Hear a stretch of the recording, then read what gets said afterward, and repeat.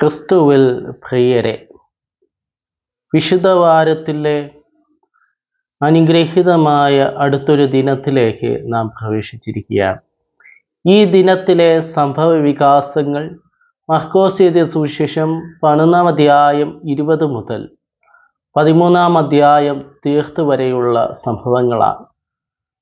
ചൊവ്വാഴ്ച പ്രഭാതത്തിൽ ശിഷ്യന്മാരുമായി സഞ്ചരിക്കുന്ന ക്രിസ്തുവിനോട് ശിഷ്യന്മാരുടെ കാഴ്ചയിൽ കഴിഞ്ഞ ദിവസം ഇനി നിങ്ങൾ നിന്ന് എന്നേക്കും ആരും ഫലം തിന്നാതിരിക്കട്ടെ എന്ന് ക്രിസ്തു പറഞ്ഞ അത്തിവൃക്ഷം ഉണങ്ങിയതായി കാണുന്നു. അതിന് ശിഷ്യന്മാർ ക്രിസ്തു ശപിച്ച അത്തി എന്ന് പറയുമ്പോൾ ക്രിസ്തു വിശ്വാസത്താൽ എന്തും സംഭവിക്കും എന്ന് പറയുകയാണ്.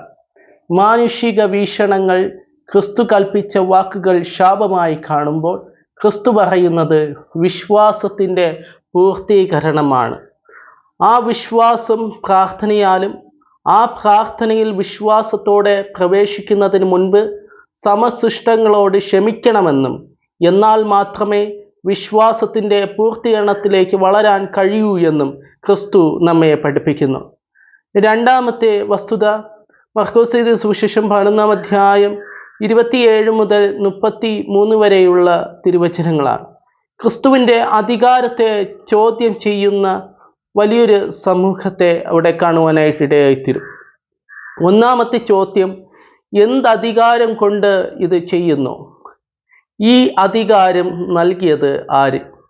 11-ന്റെ തിരുവചനം, എല്ലാവരും യോഹന്നാനെ സാക്ഷാൽ പ്രവാചകനെന്ന് എണ്ണുകയാൽ അവർ ജനത്തെ ഭയപ്പെട്ടു.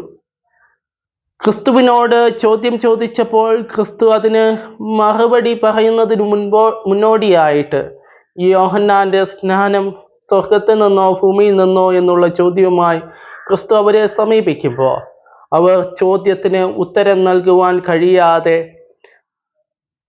അറിയില്ല എന്നുള്ള ഉത്തരമാണ് അവർ നൽകുവാനായിട്ടിടയായിത്തീർന്നത്. മറ്റുള്ളവരുടെ മുൻപിൽ വെച്ച് ക്രിസ്തുവിനെ താഴ്ത്തി കാണിക്കാൻ അല്ലെങ്കിൽ ക്രിസ്തുവിൻ്റെ അന്തസ്സിനെ താഴ്ത്തി കാണിക്കാൻ മഹാപുരോഹിതന്മാരും ശാസ്ത്രിമാരും മൂപ്പന്മാരുമായി ശ്രമിക്കുന്നു. അന്തസ്സ് നേതൃത്വത്തിന് ലഭ്യമാകേണ്ടതാണെന്നുള്ള ചിന്താധാരയിൽ നിന്ന് അവർ ഇടപെടുമ്പോൾ ക്രിസ്തു തൻ്റെതായ ദൗത്യത്തിൽ വളരെയധികം മുന്നിലേക്ക് നടന്നു നീങ്ങുന്നു. മൂന്നാമത്തെ സംഭവം, കുടിയാന്മാരുടെ ഉപമ പറയുന്ന ക്രിസ്തുവിനെ നമുക്ക് 12-ാം അധ്യായം മർക്കോസ് എഴുതിയ സുവിശേഷം 12-ാം അധ്യായം 1 മുതൽ 12 വരെയുള്ള വാക്യങ്ങൾ നമുക്ക് കാണുവാനായിട്ടിടയായിത്തീരും. ഈ ഉപമയിലൂടെ ക്രിസ്തു നമ്മെ പഠിപ്പിക്കുന്നത് ജനമല്ലാതിരുന്ന ഇസ്രായേലിനെ സ്വന്തം ജനമാക്കി ന്യായപ്രമാണത്തിൻ്റെ സംരക്ഷണത്തിലൂടെ ആനുകൂല്യങ്ങളും അവകാശങ്ങളും അനുഭവിക്കുന്ന യഹൂദ ജനത്തിൻ്റെ നേതൃത്വമാണ്. പരീശന്മാരും ശാസ്ത്രിമാരും മൂപ്പന്മാരും ഉൾപ്പെടുന്ന യഹൂദ നേതൃത്വമാണ് ഈ ഉപമയിലെ കുടിയാന്മാർ. ഇവർ പ്രവചനകാലങ്ങളിൽ പ്രവാചകന്മാരെ ഇസ്രായേലിനായി അയച്ചപ്പോൾ ജനം പ്രവാചകന്മാരെ പീഡിപ്പിച്ചും ചിലരെ കൊല്ലുകയും ചെയ്തു. ഒടുവിൽ ദൈവം തൻ്റെ പ്രിയപുത്രനെ അയച്ചു. അവർ തീർച്ചയായും പ്രിയപുത്രനെ ശങ്കിക്കും, എന്നാൽ അവർ പ്രിയപുത്രനെ ആദരിക്കാതെ ഗൂഢാലോചന നടത്തി അവനെ കൊന്നുകളഞ്ഞു. നാലാമത്തെ സംഭവം മർക്കോസ് എഴുതിയ സുവിശേഷം 12-ാം അധ്യായം അതിൻ്റെ 13 മുതൽ 17 വരെയുള്ള വാക്യങ്ങളിലാണ്. കൈസർക്ക് ദൈവത്തിനും അർപ്പിക്കുന്നത് എന്ന ചിന്താധാരയിൽ നമുക്കത് ചിന്തിക്കാം. റോമൻ ഭരണകൂടത്തിന് കരം കൊടുക്കുന്നത് വിഹിതമോ എന്ന് അവർ യേശുവിനോട് ചോദിക്കുന്നു. ബന്ധവിരോധികളായ പരീശന്മാരും ഹേരോദ്യരും ഒന്നിച്ചു ചേർന്നാണ് ഈ ചോദ്യം ഉന്നയിക്കുന്നത്. ക്രിസ്തു അതിന് മറുപടിയായി 12-ന്റെ 17-ാമത്തെ തിരുവചനത്തിൽ കൈസർക്കുള്ളത് കൈസർക്കും ദൈവത്തിനുള്ളത് ദൈവത്തിനും കൊടുപ്പിൻ എന്ന് പറയുന്നു. ക്രിസ്തു ഇങ്ങനെ ഉത്തരം പറയുന്നതിനാൽ നാണയത്തിന്മേൽ കൈസരുടെ സ്വരൂപമുള്ളതിനാൽ അത് അവന് അവകാശപ്പെട്ടതാണ്. മനുഷ്യരിൽ ദൈവത്തിൻ്റെ സ്വരൂപമുള്ളതുകൊണ്ട് ദൈവം മനുഷ്യനെ തൻ്റെ സ്വരൂപത്തിലും സാദൃശ്യത്തിലും സൃഷ്ടിച്ചു എന്ന് ഉൽപ്പത്തി പുസ്തകം 1-ാം അധ്യായം 26, 27 തിരുവചനങ്ങൾ നമ്മെ പഠിപ്പിക്കുകയാണ്. അഞ്ചാമതായി സാദൂക്യരും അവരുടെ പുനരുത്ഥാന കടങ്കഥയും. 12-ാം അധ്യായം 18 മുതൽ 27 വരെയുള്ള തിരുവചനങ്ങളാണ്. സാദൂക്യർ അക്കാലത്തെ പുരോഗമനവാദികളോ യുക്തിവാദികളോ ആയിരുന്നു. ശാരീരിക പുനരുത്ഥാന ആശയത്തെ അവർ പുച്ഛിച്ച് പുറന്തള്ളി. ആവർത്തന പുസ്തകം 25:5 മുതൽ 10 വരെയുള്ള വാക്യത്തെ അതിൻ്റെ അടിസ്ഥാനത്തിൽ ഒരു വിധവയായ സ്ത്രീ 7 വിവാഹം കഴിക്കുന്നു. മക്കളില്ലാതെ മരിക്കുമ്പോൾ ഇവൾ ആർക്ക് ഭാര്യയാകും എന്ന ചോദ്യമാണ് സാദൂക്യർ ഉന്നയിക്കുന്നത്. യേശു അതിന് ഉത്തരമായി പറയുന്നത് 25-ാമത്തെ തിരുവചനം, മരിച്ചവരിൽ നിന്ന് ഉയർത്തെഴുന്നേൽക്കുമ്പോൾ വിവാഹം കഴിക്കയില്ല, വിവാഹത്തിന് കൊടുക്കപ്പെടുകയുമില്ല, സ്വർഗത്തിൽ ദൂതന്മാരെ പോലെയാകുന്നു. വിവാഹബന്ധം സ്വർഗത്തിൽ തുടരുന്നില്ല എന്നും സ്ത്രീ പുരുഷ വ്യത്യാസം അറിയാൻ കഴിയുമെങ്കിലും ദൂതന്മാരെ പോലെയായിരിക്കും പ്രകൃതം എന്നും ക്രിസ്തു സാദൂക്യരുടെ അജ്ഞത മാറ്റിക്കൊണ്ട് സംസാരിക്കുകയാണ്.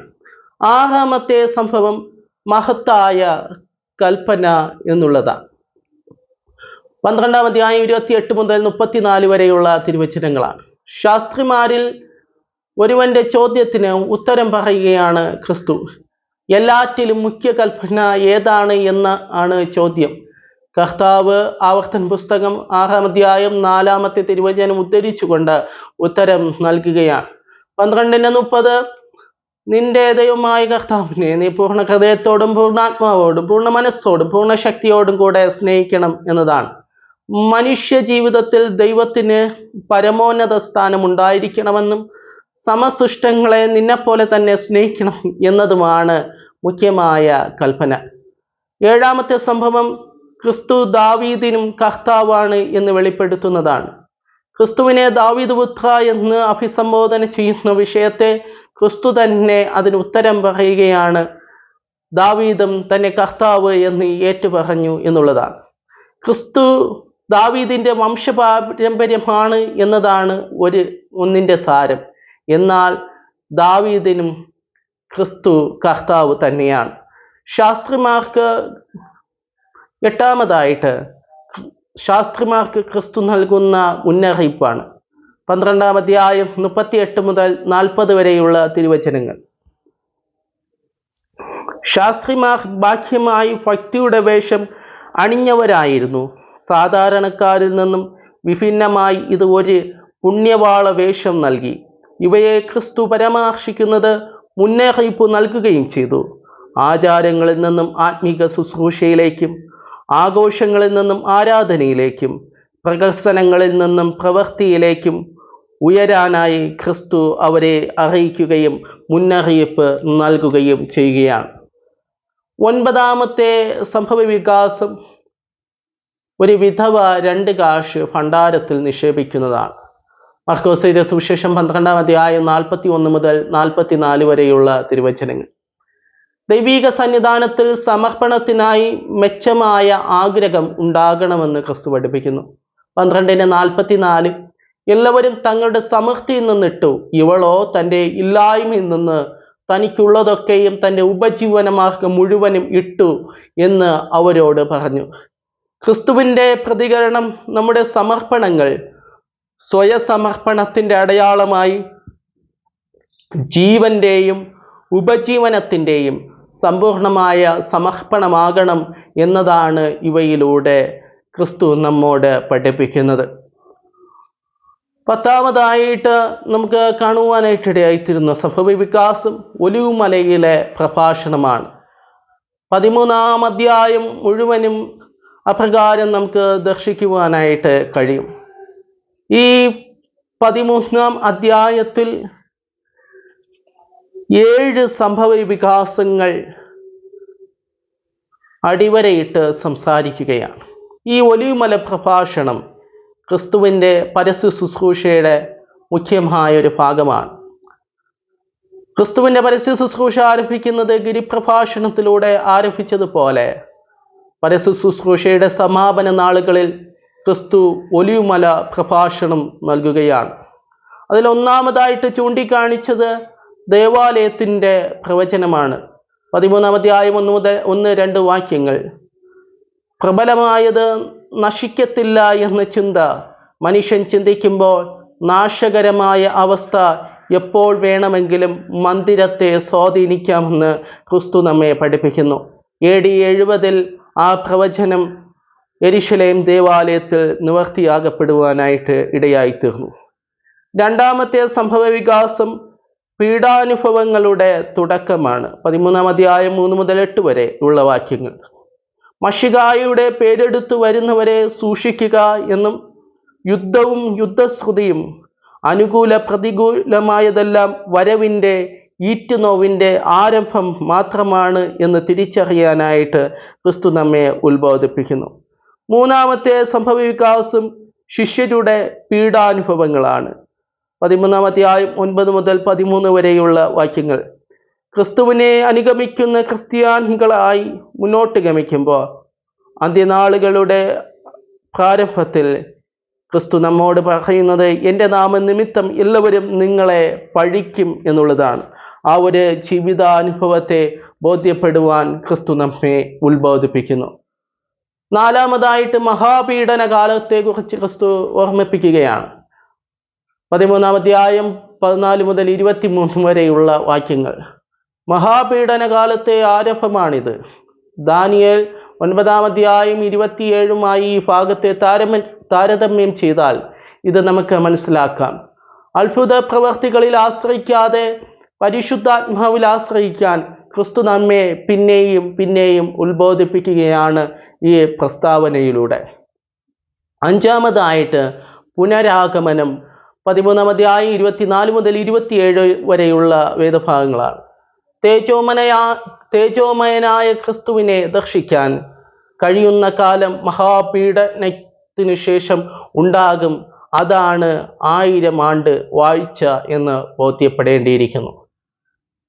കലുഷിതമായ സാഹചര്യത്തിൽ ക്രിസ്തു നമുക്കായി കടന്നു വരും.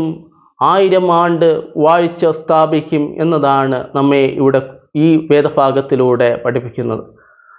ആറാമത്തെ സംഭവവികാസം അത്തിവൃക്ഷത്തിൻ്റെ ഉപമയാണ്. 13-ാം അധ്യായം 28-31 വരെയുള്ള വാക്യങ്ങൾ. 31-ാമത്തെ വാക്യത്തിൽ പ്രബോധിപ്പിക്കുന്നത് പോലെ ആകാശവും ഭൂമിയും ഒഴിഞ്ഞു പോയാലും മാറ്റമില്ലാതെ തുടരുന്ന വചനത്തിൽ ആശ്രയിച്ച് കർത്താവിൽ വാതിക്കൽ ഉണ്ട് എന്ന് ബോധ്യപ്പെടുക. ആകാശവും ഭൂമിയും ഒഴിഞ്ഞു പോയാലും മാറ്റമില്ലാതെ തുടരുന്ന വചനത്തിൽ ആശ്രയിച്ച് കർത്താവ് വാതിക്കൽ ഉണ്ടെന്ന് ബോധ്യപ്പെടാനായി ക്രിസ്ത്യാനികളെ, ക്രിസ്തുവിനെ അനുഗമിക്കുന്നവരെ ക്രിസ്തു ഉത്ബോധിപ്പിക്കുകയാണ്. ഏഴാമതായിട്ട് നാളും നാഴികയും അജ്ഞാതമാണ് എന്നുള്ളതാണ്. 13-ാം അധ്യായം 32-37 വരെയുള്ള തിരുവചനങ്ങളാണ്. കർത്താവിൻ്റെ പുനരാഗമനത്തോടുള്ള ബന്ധത്തിൽ സ്വയം സൂക്ഷിക്കുന്നവരും ഉണർന്നിരിക്കുന്നവരും ആയിരിക്കുവാനുള്ള ആഹ്വാനത്തോടു കൂടി ഈ അധ്യായം അവസാനിക്കുകയാണ്. ഉണർന്നും പ്രാർത്ഥിച്ചും ക്രിസ്തുവിനെ അനുഗമിക്കാനായിട്ട് നമ്മെ ഉത്ബോധിപ്പിക്കുകയാണ്. ഈ വചനധ്യാനത്തിലൂടെ എല്ലാം നമുക്ക് ബോധ്യപ്പെടുന്നത് ക്രിസ്തു നമ്മെ പല കാര്യങ്ങൾ മുന്നറിയിച്ചും നമുക്ക് മാതൃക കാണിച്ചും നമ്മുടെ ജീവിത പാതയിൽ മുന്നോട്ട് വഴി നടത്തുമ്പോൾ നാം ഈ ലോകത്തിൻ്റെ കലുഷിതാനുഭവത്തിൽ വീണുപോകാതെ ക്രിസ്തുവിനായി ഉണർന്നും പ്രാർത്ഥിച്ചും ക്രിസ്തുവിനെ അനുഗമിക്കാം. ദൈവം അതിന് നമ്മെ സമൃദ്ധമായിട്ട് അനുഗ്രഹിക്കുമാറാകട്ടെ. ആമേൻ.